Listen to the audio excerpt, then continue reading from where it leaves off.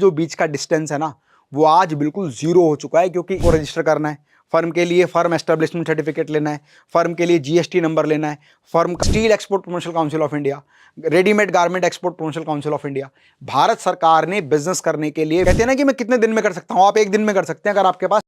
दोस्तों नमस्कार, मैं डॉक्टर अमित माहेश्वरी आप सभी का स्वागत करता हूं आज की इन्फॉर्मेटिव वीडियो में। फ्रेंड्स, काफी सारे लोग हमारे ऑफिस में कॉल करके बात कर रहे हैं कि सर इंपोर्ट एक्सपोर्ट पे वीडियो बनाओ, इंपोर्ट एक्सपोर्ट की जानकारी चाहिए, बायर कैसे ढूंढें, इंपोर्ट एक्सपोर्ट की शुरुआत कैसे करें, पेमेंट के बारे में कैसे समझें। अरे भाई, मैं मतलब आप लोगों के कमेंट्स पढ़ के वैसे खुशी तो बहुत होती है, पर सुन के आश्चर्य होता है कि यार इनमें से 90% लोग समझने के बाद भी इंपोर्ट एक्सपोर्ट शुरू ही नहीं करते। तो आज मैं सबसे पहले आपको यह बताना चाहता हूं कि आप इंपोर्ट एक्सपोर्ट क्यों नहीं कर रहे हैं, उसके पीछे कारण क्या है। उसके पीछे कारण है जानकारी का अभाव। आपको ये लगता है कि यार मैं डोमेस्टिक टेरिटरी में काम कर रहा हूं, मेरा जो जोन है बहुत छोटा है। मान लीजिए आप दिल्ली में हैं, पंजाब में हैं, हरियाणा में हैं, राजस्थान में, यूपी में हैं, किसी एक छोटे डिस्ट्रिक्ट में काम कर रहे हैं, अभी तो मेरी डिस्ट्रिक्ट में ही पहुंचनी है, तो मैं बाहर कैसे काम करूंगा। तो इंपोर्ट एक्सपोर्ट आप क्यों नहीं कर रहे हैं, यह समझना बहुत जरूरी है। डॉक्यूमेंटेशन क्या है, प्रोसेस क्या है, सिस्टम क्या है, बायर कैसे ढूंढना है, बायर ढूंढने के बाद माल कैसे भेजना है, माल भेजने के बाद पेमेंट की सिक्योरिटी कैसे करनी है, वो सारे वीडियोस मैंने पहले से बना के दिए हुए हैं।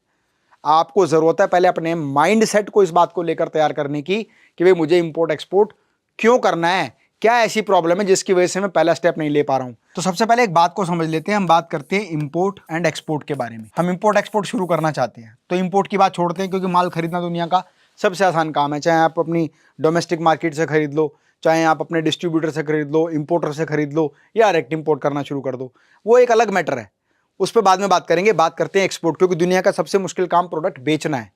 अब आप एक्सपोर्ट क्यों नहीं कर रहे हैं, यह सबसे बड़ा प्रश्न है, और उसके पीछे कारण क्या है कि आपको ऐसा लगता है कि जब विदेश व्यापार करूंगा ना तो पता नहीं कैसे ट्रांजैक्शन होगी, माल कैसे जाएगा, बायर कैसे मिलेगा, पता नहीं क्या क्या कड़क डॉक्यूमेंटेशन होगा।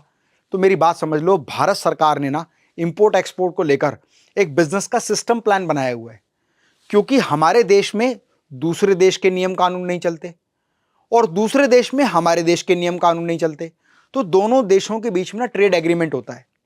और आपके माइंड का एक ऑब्स्टेकल क्या है कि माल बनाने के बाद अभी मैं अपने जिले में नहीं बेच पा रहा हूं, तो अपनी पूरी सिटी की बात बहुत दूर है, पूरी सिटी में नहीं बेच पा रहा हूं तो पूरे भारतवर्ष की बात दूर है, और पूरे भारत में ही नहीं बेच पा रहा हूं तो विदेश में कैसे बेचूं।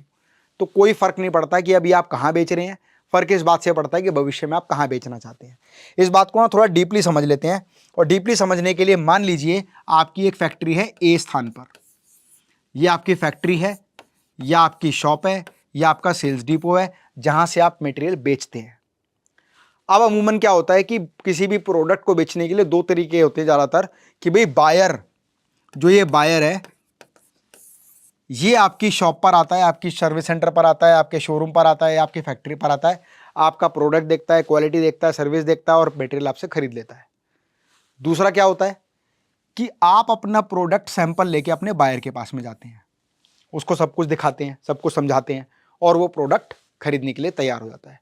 अब आपको लगता है क्योंकि ये हमारा भारत देश है और उसमें भी एक छोटी सी टेरिटरी में आप काम कर रहे हैं, तो ये बहुत आसान है। आपको लगता है कि 7 समुंदर पार इस विदेश में बैठा हुआ किसी अलग कंट्री में, अलग कंट्री के अलग मतलब शहर में मैं इस आदमी तक कैसे कांटेक्ट करूंगा। तो पहले ना मैं इस बात को यहीं से क्लियर करता हूं कि अगर मान लीजिए आप अपनी शॉप से, अपने शोरूम से, अपने गोडाउन से या अपनी फैक्ट्री से एक बायर को कांटेक्ट करते हैं, और बायर आपसे एक बात कहता है, वो कुछ भी कारण हो सकता है। बायर मान लो आपसे ये कहता है कि भाई मैं आने जाने में सक्षम नहीं हूं तो मैं आपके यहां नहीं आ सकता, या बायर कहता है कि भाई मुझे इस प्रोडक्ट की ना इतनी क्वांटिटी चाहिए जितनी आपकी फैक्ट्री में बनती है। आपने कहा जी मैं तो 1000 पीस बनाता हूं, उसने कहा 1000 के 1000 पीस मुझे चाहिए। समझो बायर बहुत बड़ा है। अब जब बायर बड़ा है तो वो आपके पास आके डील करने वाला नहीं है, और आप उससे टाइम मांगते हो कि भाई मैं आपके से मिलना चाहता हूं सर, मुझे अपॉइंटमेंट दे दो। वो कहता है मेरे पास टाइम नहीं है, सारी डिटेल भेज दो। फाइन। तो इस केस में क्या होता है कि अब आप बायर को ना मिल सकते हैं, ना उससे बात कर सकते हैं, ना उसको देख सकते हैं। फाइन। आपने बायर को क्या किया, एक पूरा का पूरा प्रोजेक्ट बनाकर मेल किया, उसने मेल चेक किया, आपको ऑर्डर प्लेस कर दिया। अब आपने क्या किया, अपनी शॉप से या अपने गोडाउन से, अपनी फैक्ट्री जहां भी आप काम कर रहे हैं वहां से आपने मटेरियल सारा पैक किया, और मटेरियल क्या किया, डिस्पैच। डिस्पैच किसको किया, इस बायर को। क्योंकि आपके माइंड में ऑब्स्टेकल था कि ये तो मेरी टेरिटरी है, यहां तो मैं माल भेज सकता हूं, एक बात बताओ, अगर ये डिस्टेंस सिर्फ 100 मीटर होता तो क्या वो 1000 पीस आप अपने सर पे ढोकर रख के आते, दे के आते? नहीं ना। या ये डिस्टेंस 10 किलोमीटर होता, या ये डिस्टेंस 100 किलोमीटर होता, या ये डिस्टेंस 500 किलोमीटर होता, या ये डिस्टेंस 1000 किलोमीटर होता, तब भी आपके यहां से बायर के यहां तक पहुंचने का जो बीच का सारा काम है ना, ये किसका होता? ट्रांसपोर्टर का। कहने का मतलब जहां पर आप काम कर रहे हैं वहां से अगली गली में भी माल बेचना है और भेजना है, तो आप किसका इस्तेमाल करेंगे? ट्रांसपोर्टर का। तो आपके माइंड में जो ऑब्स्टेकल है ना, वो सिर्फ ऑब्स्टेकल ये डिस्टेंस है, जिस डिस्टेंस का आपके ऊपर कोई प्रभाव नहीं है। आपने माल बनाना है और बायर को माल देना है, बीच का सारा डिस्टेंस कवर करने वाला कौन है? ट्रांसपोर्टर। अगर ये बात आपको क्लियर है तो चाहे आप अपने जिले में कहीं भी माल बेच लो, अपने राज्य में कहीं भी माल बेच लो, पूरे भारतवर्ष में कहीं भी माल बेच लो, क्योंकि बीच का ये डिस्टेंस चाहे 1 मीटर हो, चाहे 1000 किलोमीटर हो, इसको कवर करने वाला कौन है? इसको कवर करने वाला है ट्रांसपोर्टर। तो आपके लिए ये जो सारा डिस्टेंस है वो बिल्कुल एक तरह से निल हो जाता है। आपको कोई फर्क नहीं पड़ना चाहिए कि डिस्टेंस कितना है। जब ये माइंडसेट आपका तैयार होगा ना, तो चाहे ये डिस्टेंस 1000 किलोमीटर हो या 10,000 किलोमीटर हो, आपने माल बनाना है, बायर को यहां पर बैठे हुए दूसरे देश में माल खरीदना है, यहां से लेकर यहां तक के बीच का जो डिस्टेंस है वो कौन कवर करेगा? ट्रांसपोर्टर। ये बात क्लियर? आपकी पड़ोस का बायर भी आपके पास आने के लिए तैयार नहीं है, आपकी शॉप पर नहीं आना चाहता और आपको बुलाना नहीं चाहता, तब भी आप वही सिस्टम अपनाते हैं जो सिस्टम यहां से बैठे 10,000 किलोमीटर दूर के व्यक्ति के लिए अपनाना है। और वो क्या है? सही तरीके से कम्युनिकेशन करना, अपने प्रोडक्ट, उसकी पूरी जानकारी, उसके सैंपल या उसका कैटलॉग, उसका ब्रोशर, उसकी वीडियो, उसका कंटेंट सारा अपने बायर तक पहुंचाना, मेल के थ्रू या आपने कुरियर के थ्रू। अब वही बात कुरियर पर लागू होती है कि आपने कहा जी मैंने सैंपल भेजा था, तो सैंपल भेजा यहां से सिर्फ 100 मीटर दूर था, तो आपने उबर बाइक वाले से भेज दिया, या आपने और बहुत सारी ऐप हैं, लाला मूव से भेज दिया, या आपने और कौन कौन सी ऐप्स हैं, आप मुझे कमेंट में लिख के बताओ कि कौन कौन सी ऐप्स हैं जो छोटे डिस्टेंस के लिए आपका मेटेरियल डिस्ट्रीब्यूशन में आसानी से भेज देती है, या आपने फेडेक्स से कुरियर कर दिया। तो भाई आपको क्या फ़र्क पड़ता है कि ये डिस्टेंस 100 मीटर था या 10,000 किलोमीटर था? जब आपका बायर बोल रहा है कि जो रास्ते का पैसा है, ट्रांसपोर्ट का पैसा है, वो मैं देने के लिए तैयार हूँ, तो आपको कोई फ़र्क नहीं पड़ता कि वो आपके 100 मीटर दूर बैठा है या आप ही की गली में बैठा है या आपसे 10,000 किलोमीटर दूर बैठा है। इसका मतलब आपके माइंड का ऑब्स्टेकल जो बीच का डिस्टेंस है ना, वो आज बिल्कुल जीरो हो चुका है, क्योंकि इंफॉर्मेशन टेक्नोलॉजी के इस युग में जो व्यक्ति इंटरनेट से जुड़ा हुआ है वो कभी भी कहीं भी कोई भी इंफॉर्मेशन आसानी से देख सकता है। आप भी देखते हैं ना, अभी कोई न्यूज़ आ गई थाईलैंड की, कभी न्यूज़ आ गई जर्मनी की, कभी न्यूज़ आ गई जहाँ युद्ध हो रहा है वहाँ की, कभी पाकिस्तान की। तो आपका माइंड भी तो क्विक क्विक क्विक क्विक करके अलग अलग देशों में घूम रहा है। तो आप आसानी से विदेश व्यापार कर सकते हैं, ज़रूरत और सिस्टम को समझने की। अब इस विषय में हम बात करते हैं कि हमारा जो देश है ये कंट्री ए है और ये कंट्री बी है। इस कंट्री के अपने रूल एंड रेगुलेशन है ट्रेड को लेकर। जैसे जीएसटी अलग है, हर जगह जीएसटी सेम नहीं होता, इंपोर्ट ड्यूटी अलग है, एक्सपोर्ट ड्यूटी अलग है, कस्टम के तरीके अलग हैं, मटेरियल भेजने के जो लाइसेंसिंग के प्रोसेस हैं वो बिल्कुल अलग है। तो आपको करना क्या है? सबसे पहले आपको अपनी कंपनी को आपकी कंट्री के हिसाब से सिस्टमेटिक डॉक्यूमेंट्स के लिए तैयार करना है। और सिस्टमेटिक डॉक्यूमेंट्स के लिए क्या तैयारी करनी है, उसकी पूरी डिटेल्ड वीडियो आपको डिस्क्रिप्शन बॉक्स में मिलेगी कि भाई क्या डॉक्यूमेंटेशन, क्या प्रोसेस है। प्रॉब्लम सिर्फ इतनी है कि लोग मजे के लिए वीडियो देखते हैं कि यार देखते हैं इंपोर्ट एक्सपोर्ट में क्या होगा। अभी इसका थंबनेल बना था ना बढ़िया सा कि बिना इन्वेस्टमेंट के इंपोर्ट एक्सपोर्ट में कमाओ 1000 करोड़ रुपए, तो आपको बड़ा मजा आने वाला है। और देखते हैं 1000 करोड़ कैसे कमाएंगे। फ्रेंड्स, काम सिस्टमेटिक तरीके से करना होगा। अब आपको क्या करना है? आपको डॉक्यूमेंटेशन करना है। जैसे आपकी, मैं कुछ एग्जांपल बता रहा हूं, फुल डिटेल वीडियो आपको मिलने वाली है डिस्क्रिप्शन में। एग्जाम्पल में क्या, जैसे मान लो आपको अपनी फर्म को रजिस्टर करना है, फर्म के लिए फर्म एस्टेब्लिशमेंट सर्टिफिकेट लेना है, फर्म के लिए जीएसटी नंबर लेना है, फर्म का पैन कार्ड आपका होना चाहिए या आपका पर्सनल पैन कार्ड जो आपके सोल प्रोप्राइटरशिप के साथ लगता है। अगर कंपनी है तो इंडिविजुअल अलग आपका पैन कार्ड होता है। फिर उसके बाद में आपको आईईसी, इंपोर्ट एक्सपोर्ट कोड के लिए अप्लाई करना है। उसके बाद इंपोर्ट एक्सपोर्ट कोड आपको मिल जाएगा, लाइसेंस मिल जाएगा, डीजीएफटी की साइट पर जा सकते हैं, डिटेल आपको मिल जाएगी पूरी वीडियो में। मैं तो आपके माइंड को तैयार कर रहा हूं कि डॉक्यूमेंटेशन क्या करना है। तो आपने सारा डॉक्यूमेंटेशन तैयार कर लिया। उसके बाद export promotion council of India, उसकी मेंबरशिप ले लेनी है। तो वहाँ से क्या होगा कि आपकी ट्रेड, आपकी इंडस्ट्री से संबंधित लोग जो विदेशों में बैठे हुए हैं, उसकी जानकारी आपके पास आने लग जाएगी। भाई कहते हैं ना कि आप फेसबुक या इंस्टाग्राम पर जिस तरह की रील देखते हैं, उस तरह की रिकमेंडेशन वीडियो आती हैं। आप कहते हो यार मैं देखता हूँ सिर्फ फनी वीडियोज़ ही आती हैं, क्योंकि आप देखते ही फनी वीडियोज़ हैं। एआई का टूल इतना एडवांस हो चुका है कि वो समझ जाता है कि मेरा बायर, मेरा यूज़र क्या देखना चाहता है ना। मान लीजिए आप मोटिवेशनल वीडियोस देखते हैं तो मोटिवेशनल वीडियोस ही आएंगी, बिजनेस वीडियो देखते हो तो बिजनेस वीडियोस ही आएंगी, बेकार की बकवास देखते हो तो वही आपके पास आएंगी। तो जब एआई ये बात समझ गया कि आपका कौन सा कंटेंट कौन व्यक्ति कैसे देखने वाला है, तो यहां पर जो export promotion council of India है वो भी एक तरह का एआई है। आप एआई में समझना कि वो तो यार कोई सॉफ्टवेयर है, वो भी एआई की तरह ही काम करता है कि आपका क्या प्रोडक्ट है, आपके प्रोडक्ट किस कंट्री में है, तो किस कंट्री में आपके प्रोडक्ट कैसे जाने चाहिए, और कौन कौन से आपके प्रोडक्ट के बायर हैं। मतलब इंडस्ट्री का एक्सपोर्ट प्रमोशन काउंसिल बना हुआ होता है। जैसे हमारी स्टील इंडस्ट्री है तो export promotion council of India steel, तो वो स्टील में है, या steel export promotion council of India, readymade garment export promotion council of India. Bharat सरकार ने बिजनेस करने के लिए, विदेश व्यापार करने के लिए बहुत बढ़िया सिस्टम बनाया है।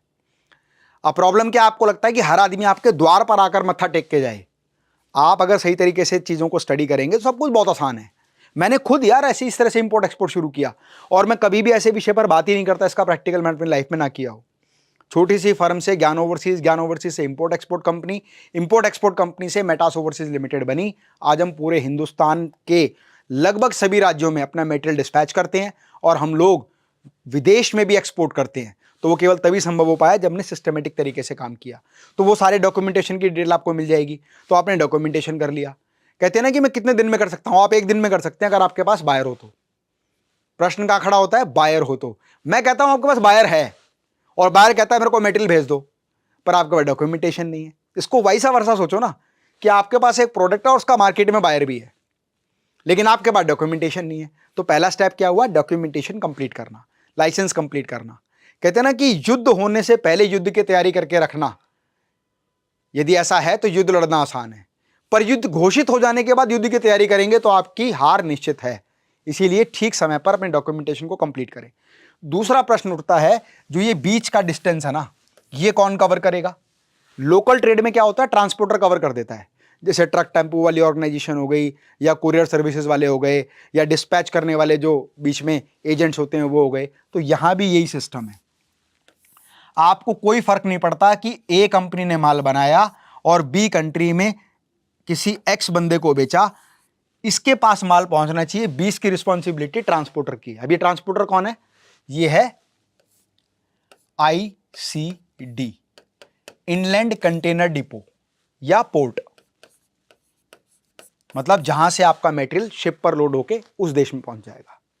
आईसीडी का मतलब और पोर्ट का मतलब लगभग एक जैसा है, पर मैं समझा देता हूं डिफरेंस क्या है।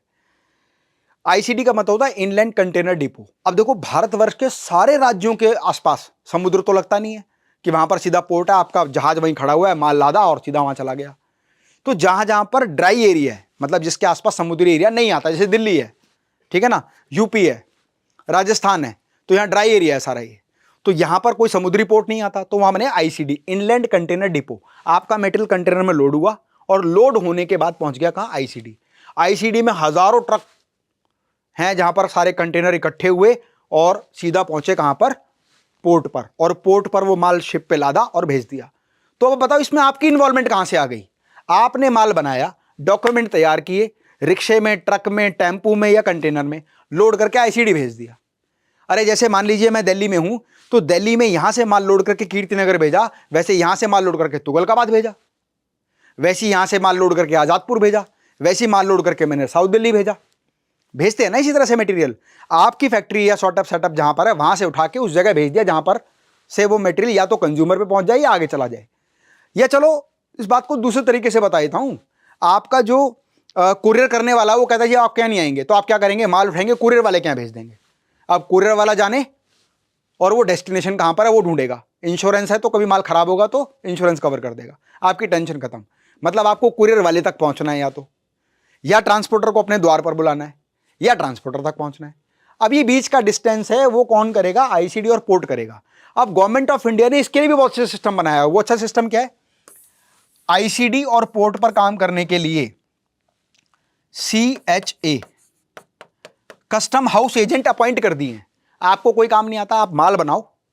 बायर ने आपको ऑर्डर प्लेस किया, पेमेंट आपको किया, आपने माल बनाया, एक ट्रक बुलाया, उसमें माल लोड किया, CHA हायर किया, उससे कहा भाई डॉक्यूमेंटेशन मेरे सारे तैयार कर और मेरा माल यहां से उठा के या तो आईसीडी या पोर्ट पर भेज दे। जैसे ही आपने अपना मेटेरियल आईसीडी या पोर्ट पर भेजा, अब पोर्ट की रिस्पॉन्सिबिलिटी, जैसे आपके यहां से निकलने के बाद ट्रांसपोर्टर की रिस्पॉन्सिबिलिटी ना, वैसे ही आपके यहां से मेटेरियल निकलने के बाद पोर्ट की या आईसीडी की रिस्पॉन्सिबिलिटी है उस देश में माल भेजने की, और वहां के बंदे की रिस्पॉन्सिबिलिटी है वहां रिसीव कर लेने की। ठीक है ना? तो ये सारा डिस्टेंस किसने कवर कर दिया? वो आईसीडी ने कर दिया, पोर्ट ने कर दिया, CHA ने कर दिया। गवर्नमेंट ने इतना अच्छा सिस्टम बनाया हुआ है। कई बार तो आपको पता ही नहीं होता कि जो माल आप बेच रहे हैं, जितने का प्रॉफिट आप कमाते हैं, उतना गवर्नमेंट सब्सिडी भी दे रही है, वो भी आपका एक्स्ट्रा प्रॉफिट है। या जितना जीएसटी आप पे करते, वो सारा जीएसटी आपका रीएम्बर्स हो जाएगा। 18% का जीएसटी है, किसी पर 28 का है, किसी पर 5 का है, किसी पर 12 का है, टोटल जीएसटी आपको वापस आ जाएगा। तो वो भी तो एक तरह का प्रॉफिट ही है आपका। अगर बायर इंटेलिजेंट है तो उसमें से भी शेयर मांग लेगा कि 18% जीएसटी वापस आएगा, सर कितना % डिस्काउंट करोगे एक्स्ट्रा। तो ये स्मार्टनेस का गेम है। तो यहां पर क्या प्रॉब्लम सॉल्व हुई कि आपके पास आप ए सेलर हैं और एक बायर है, बस उसका नाम ही तो इंपोर्टर या एक्सपोर्टर है यार। अपनी कंट्री में बैठ के वो इंपोर्टर है, आप यहां से बोल रहे हैं तो आप एक्सपोर्टर हैं और वो आपका बायर है। तो डोमेस्टिक ट्रेड में भी तो ये होता है, आप बेचने वाले हैं सेलर हैं और वो खरीदने वाला बायर है। तो ये काम तो किसने संभाल लिया? इन ऑर्गेनाइजेशन ने संभाल लिया। अब आपको काम क्या करना है? आपके पास अच्छा प्रोडक्ट है, उस प्रोडक्ट को यहां भेजने वाली जिम्मेदारी बीच के लोगों की है। आपकी जिम्मेदारी क्या है? उस बायर तक पहुंचने की। अब जरूरी थोड़ी है कि आप डोमेस्टिक ट्रेड में अपनी शॉप से उठते हैं, जाते हैं, तब जाके अपने बायर को सैंपल दिखाते हैं, या बायर आपके यहां आता है तभी डील होती है। मान लीजिए आपके बिजनेस का आकार बड़ा है, आप लाख प्रोडक्ट बनाते हैं और किसी ने 20 पीस मांगे, आप तो उठ के जाएंगे नहीं, नहीं जाएंगे ना यार, 20 पीस के लिए कौन जाए। तो क्या करेंगे आप? या आप बायर को कांटेक्ट करना चाहते हैं, आपके पास बायर नहीं है, तो आप क्या करेंगे? आप लोकल ट्रेड में एडवर्टीजमेंट करेंगे। कैसे? आप वहाँ लीफलेट बंटवाएंगे, पैम्पलेट बंटवाएंगे, न्यूज़पेपर ऐड चलाएंगे, या किसी एजेंट को कांटेक्ट करेंगे, या इस तरह के इवेंट में पार्टिसिपेट करेंगे, कहीं पर ब्रांडिंग करेंगे, कहीं से प्रमोशन करेंगे, ताकि कस्टमर आपकी एडवर्टीजमेंट को देखे और आपको कांटेक्ट करे। कहाँ? आप अपने लोकल एरिया में ही। मान लो मैं दिल्ली में हूँ तो दिल्ली में एडवर्टीजमेंट करे जा रहा हूँ ताकि दिल्ली का बायर मुझे कांटेक्ट करे। लेकिन अगर मेरा माइंडसेट खुला हो गया और मैंने ये बात सोच ली कि दिल्ली का ही बायर क्यों, पूरे हिंदुस्तान का कहीं भी मेरे से बायर मटेरियल ले सकता है, तो मैं एडवर्टीजमेंट कहाँ करूंगा? All India. अब मान लीजिए मेरे को यह विश्वास हो गया कि बीच का सारा हिस्सा कवर करने वाले लोग ऑलरेडी हैं, मुझे तो बायर चाहिए, वो कहीं भी बैठा हो, पूरे विश्व में कहीं बैठा हो, तो मुझे एडवर्टीजमेंट कहाँ करनी है? विश्व में वो जहां बैठा है। मुझे पता लगा मेरे प्रोडक्ट को खरीदने वाला व्यक्ति अफगानिस्तान में मिलेगा, तो मैंने क्या किया? अब मैं अफगानिस्तान में जाकर एडवर्टीजमेंट कैसे करूंगा? आज तो इंफॉर्मेशन टेक्नोलॉजी का युग है। आपने सीधा फेसबुक कैंपेन चलाया और एरिया टेरिटरी डाला अफगानिस्तान, तो आपने अपना एडवर्टीजमेंट डायरेक्ट अपने बायर को उसकी कंट्री के उस राज्य में, उस शहर में दिखाया जहां पर वो बैठा हुआ है। उसको भी पता है कि इंटरनेशनल ट्रेड में टेरिटरी की कोई बाउंडेशन ही नहीं है, माल बेचने वाला और खरीदने वाला मिल जाए तो बीच का काम संभालने वाले सारे लोग हैं। तो इसने क्या किया? एडवर्टीजमेंट देखा, कांटेक्ट किया। अब आपको सैंपल भेजना है तो फिर वही बात, सैंपल कैसे भेजूंगा यार? भाई वो फेडेक्स भेजेगा, पैसे लेगा अपने। बायर बोलता है कि ठीक है मैं तो सैंपल के पैसे भी दूंगा और मंगाने के पैसे हैं वो भी दूंगा, अगर वो आपके प्रोडक्ट, आपकी क्वालिटी में कुछ यूनिकनेस है। अरे कॉमन प्रोडक्ट बिक रहे हैं यार, हमारे गाँव में प्याज उग रही है, भिंडी उग रही है, मिर्ची उग रही है, हल्दी उग रही है, और वो सब कहाँ जा रही है? एक्सपोर्ट हो रही है। और जो बेचारा गरीब किसान है वो वहीं के वहीं बेच रहा है, इसको नॉलेज नहीं है। जो पढ़ा लिखा समृद्ध किसान है वो सारा मटेरियल बनाता है, बायर को कांटेक्ट करता है, और माल भेजने का काम कौन करता है? CHA, port, ICD. सिस्टम क्या है? डॉक्यूमेंट तैयार किए हुए हैं। बायर कैसे ढूंढा? ऑनलाइन तरीके से ढूंढा, या chamber of commerce, chamber of industry, chamber of import export की मेंबरशिप ले ली, तो वहां से डेटा मिला, कॉल की, बात की, मेल की, प्रपोजल भेजा। जो भी बात मैं आपको बता रहा हूं ना, प्रैक्टिकली अपनी कंपनी में एज इट इज इंप्लीमेंट करता हूं। सिर्फ अंतर क्या है कि मेरे माइंड का जो ऑब्स्टेकल था मेरे दिमाग में कि भाई मैं यहां पर हूं, बायर मेरा जो है वो जम्मू कश्मीर में है, तो मुझे समझ में आया बीच का डिस्टेंस, ट्रैवलिंग डिस्टेंस, वो कौन कवर करेगा? ट्रैवलर या ट्रांसपोर्टर। तो जम्मू कश्मीर में बैठा हो चाहे वो US UK में बैठा हो, तो वो ऑब्स्टेकल खत्म हो गया और हमने एक्सपोर्ट करना शुरू कर दिया। आपको जान के आश्चर्य होगा, इतना इजी सिस्टम है। डोमेस्टिक ट्रेड में तो पैसा डूब जाए ना तो आप गले में हाथ डाल के पैसा नहीं निकाल सकते किसी के। प्यार से मांगते रहेंगे तो भी आपको पता लगेगा कि लास्ट में व्यापार में आप देखेंगे तो बहुत सारा बैड डेट हो गया। लेकिन इंटरनेशनल ट्रेड में दो देशों के, यहां व्यापार आपका नहीं है, इंडिया का व्यापार मान लीजिए अफगानिस्तान से है तो दो देशों के बीच में व्यापार है, तो दो देशों के बीच में ट्रेड एग्रीमेंट है, उसी के आधार पर ट्रेड होगा। बस आपको नियम पता होना जरूरी है कि मेरा पेमेंट शेड्यूल क्या होगा, पेमेंट की गारंटी क्या होगी, प्रोडक्ट का इंश्योरेंस कैसे होगा। जब सारी चीजें सिस्टमेटिक तरीके से समझेंगे ना तो सब समझ में आता जाएगा। और वैसे भी यार, अगर आपको इंडिया के किसी भी राज्य से अगर ऑर्डर आया हो तो आपके माइंड पे ये प्रेशर नहीं आया होगा यार ये तो वहां का ऑर्डर है, जयपुर का भेजूंगा कैसे।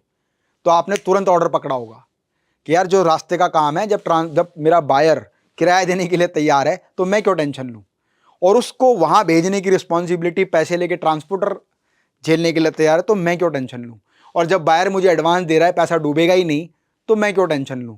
तो भैया इंटरनेशनल ट्रेड में किस बात की टेंशन आप ले रहे हैं। हर पैसे को सिक्योर करने का एक सिस्टम है। आपका पैसा इंश्योर भी हो जाता है, आपका पैसा एलसी पर, लेटर ऑफ क्रेडिट पर भी हो जाता है, जिसकी गारंटी आपको आपका बैंक देता है। आपका बैंक गारंटी देता है कि कोई दिक्कत नहीं है, माल भेजो, पैसा वो दे या ना दे 90 डेज में हम आपको देंगे। तो जरूरत है सिस्टमेटिक तरीके को सीखने की, समझने की, इंप्लीमेंट करने की। ये नहीं कि हाँ भाई वीडियो देख ली, मजा नहीं आया, मजे के लिए देख रहे हो क्या इंपोर्ट एक्सपोर्ट की वीडियो, ये कोई मतलब हॉरर मूवी है क्या या मूवी है क्या जो मजे के लिए देखनी है। तो ये तो है इंफॉर्मेटिव वीडियो। इंफॉर्मेशन लेने के बाद अगर आप उसको इंप्लीमेंट नहीं करेंगे तो वो जीरो है।